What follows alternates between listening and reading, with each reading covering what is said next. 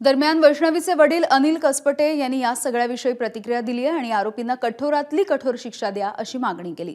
तर पोलीस प्रशासनावरती देखील त्यांनी काही गंभीर असे आरोप केले आहेत।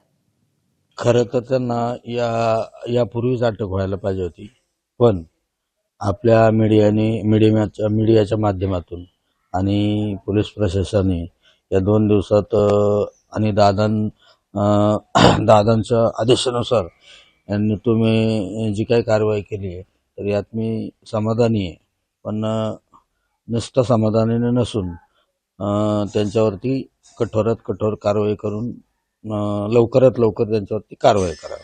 काय अपेक्षा आहेत तुमच्या? कधी वैष्णवीला न्याय मिळू शकतो? म्हणजे कुठली कठोरात कठोर कारवाई व्हावी असं तुम्ही म्हणताय?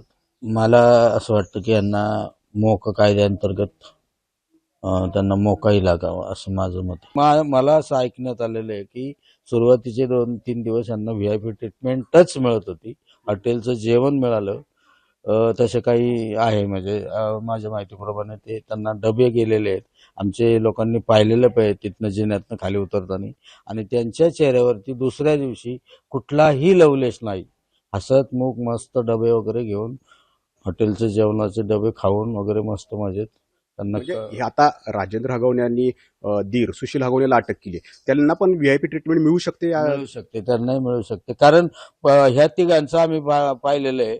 तर जशी यांना जर ट्रीटमेंट मिळत होती त्याच्याही पेक्षा आणखी VIPच्या वरती काय असेल तर तशी मिळू शकते अशी माझी शंका आहे। ABP माझा, उघडा डोळे बघा नीट।